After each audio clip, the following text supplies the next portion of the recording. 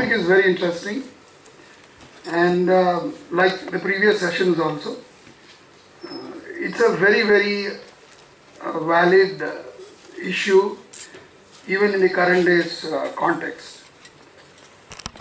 The most important thing about the theme of this session is it also talks about the representation of minorities apart from the scheduled caste and scheduled tribes.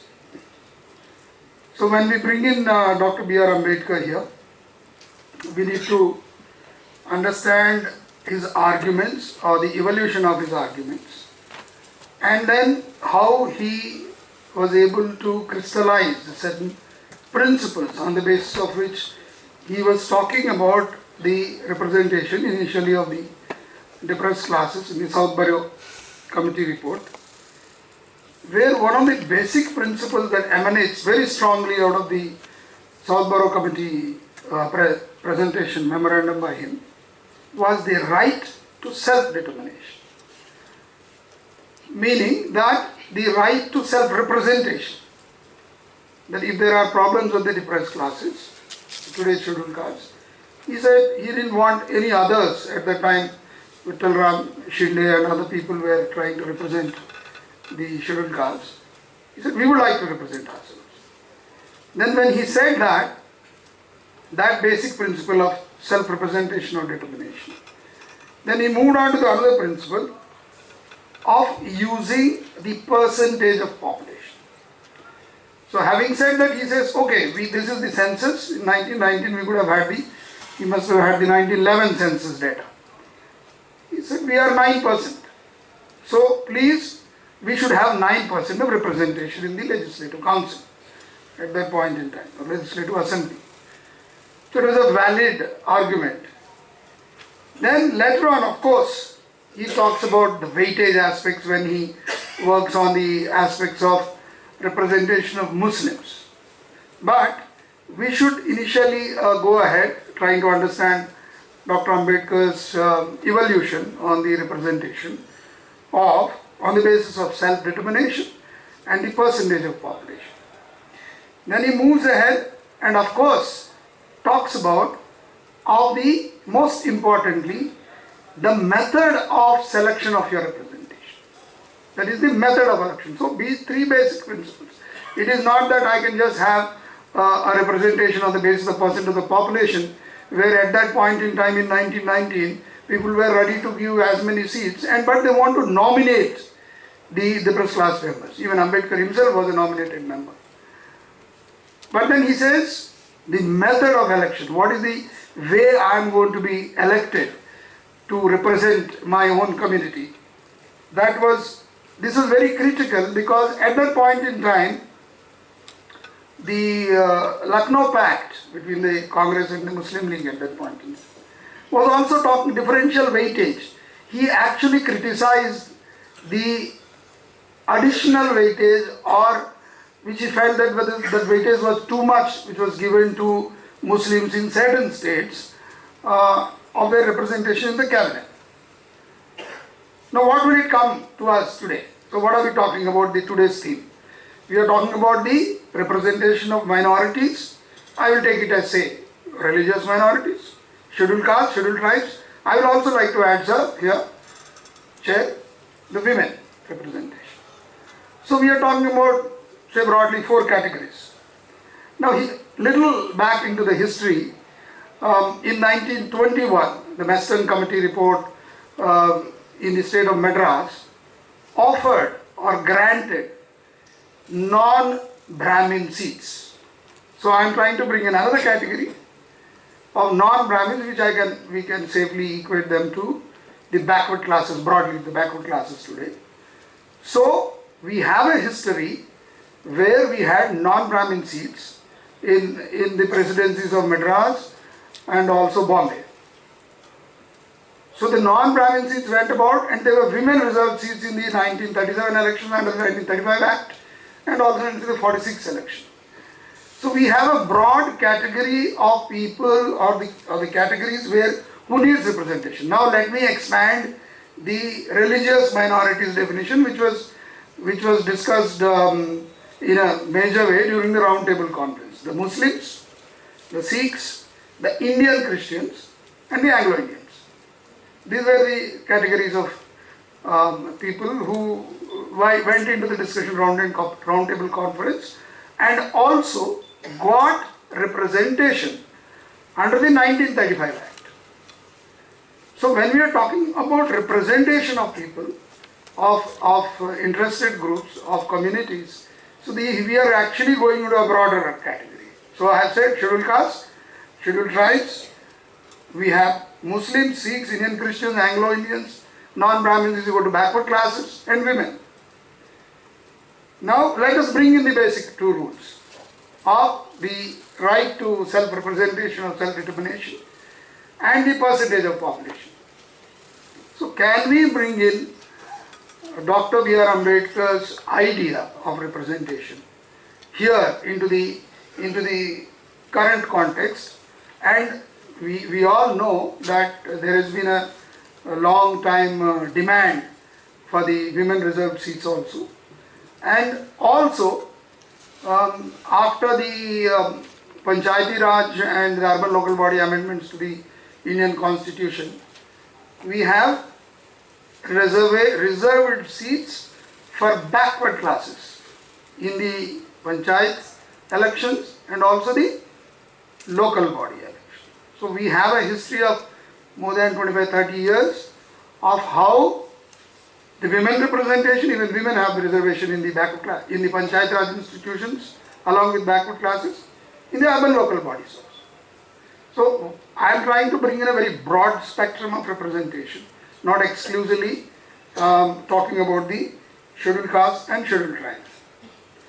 Now when the nation went about bringing on the 1950 Constitution of India, there were certain stumbling blocks. The major stumbling block was after the partition, the first draft of the Constitution had the representation or the reservation of all these categories of religious minorities, also had scheduled castes. But we all know that Sardar Patel felt that there was no necessity for any reserved seats, at least for the Muslims, but he asked some of the people in the Committee on Fundamental Rights to move a resolution that they want to withdraw or not interested in their representation. So this is a part of history most of you know, where it went into a lot of discussions, and eventually proposal of Sardar Patel was abolition of all reserved seats. And Dr. Ambedkar had to intervene, and there were a lot of out of the Constituent Assembly discussions where finally they allowed reserved seats for scheduled castes and scheduled tribes for a period of 10 years. And of course the extension based on the need and say the mutual discussion was one of the part. It was not actually in the written word, but the felt need of the extension of reserved seats for scheduled castes and scheduled tribes. Now let us see whether we can bring in this kind of a representation. First of all, is it required? So here comes the principle of Dr. B.R. Ambedkar. Are these category of people underrepresented? Is there a clamor? Is there a demand? Is there a requirement? Say for women, of course women are underrepresented. In the current day context, certainly the Muslims or the Christians or the Sikhs even would be underrepresented. How do we bring in this if there is a demand? So some experiments were done some time ago. Unfortunately, Professor Joa Hassan is not here. The Sachar committee report gave a very interesting idea. It made an analysis of the percentage of Muslim population in reserved seats in Bengal, Bihar and Uttar Pradesh, some of the seats. They found that in seats where Muslims were about 30 to 40% majority or very high majority, those seats were reserved. So there was a clamor, or the Sachar committee reported that these seats are denied to the Muslims. And there was an idea being floated around during the UPI 1 and UPI 2 regimes that we should bring in, or the amend the scheduled caste list to bring in the so-called Dalit Muslims and Dalit Christians, which I personally felt was a thinking probably to bring in a reservation of Christians and Muslims into the reserved seats through the scheduled caste list, which I thought personally, I feel is a very bad idea. It was a very bad idea, which even Professor Joy Hassan wrote a whole book on the issue of the inclusion of Muslims, and this was widely raised.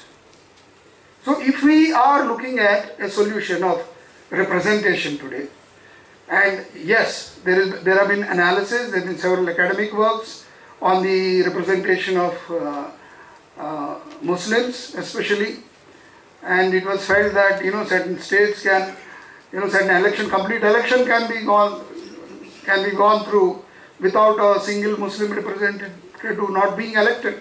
So these are some of the lessons we learn in the evolution of our electoral system, the elections of this country, and can we find a solution to that? The one solution which I would like to look at it is, of course, certainly we should have women reserved seats. There was a draft legislation that was pending before the parliament, and we hope in very near future we will have women reserved seats, because they need to be represented on the basis of their self-determination, self-representation. There is another solution which I feel is that to extend the reserved seats of backward caste into the legislature and the parliament. We have an experience of the working of backward classes representatives in the Panchayati Raj and in the urban local bodies. The extension of the backward classes representation into assemblies and parliament will also in a way serve and provide a solution to the representation of Christians and Muslims. If some of you can actually sit and really read the OBC list of the central government, you will find the Christians, Dalits who are converted to Christianity, and a large number of Muslim communities as a part of the OBC list. Now if this is a solution, I am just throwing it open. It's just my idea or the opinion, because I have brought in the history of non-primary representation, the women representation, and how the religious minorities have been represented. The third important, if on a particular day we have this representation, we can actually face the kind of problem we are facing with the SC/ST representation. Of course, SC/ST representation will be called into question in January 2020 before the parliament, because it needs, if the parliament thinks so, an extension of 10 more years. That question will be there before us, not many months ahead. The third most important thing is the method of election. We have seen through a lot of studies the representative character of the scheduled caste and scheduled tribe representative. So here comes the method of election. Dr. B.R. Ambedkar suggested separate electorate, that has been there for a long time, and he also suggested a certain percentage of votes to be necessary for a candidate of SC/ST to be qualified to be elected. The qualified joint electorate method, which he called in his book, What Congress and Gandhi Have Done to Untouchables. So if these are the methods, so this can actually, I am trying to wind it up, that when representation aspect comes in, what we have seen over the years after 1950 are these kind of experiences, and before 1950 we had all the representation of all the categories we are talking about, the non-Brahmins, the backward classes, the women, the scheduled castes, the scheduled tribes, the Muslims, Sikhs, Indian Christians. I hope the nation would look up and hope we will have the representation of the people of this country as an idea of self-determination. Thank you so much.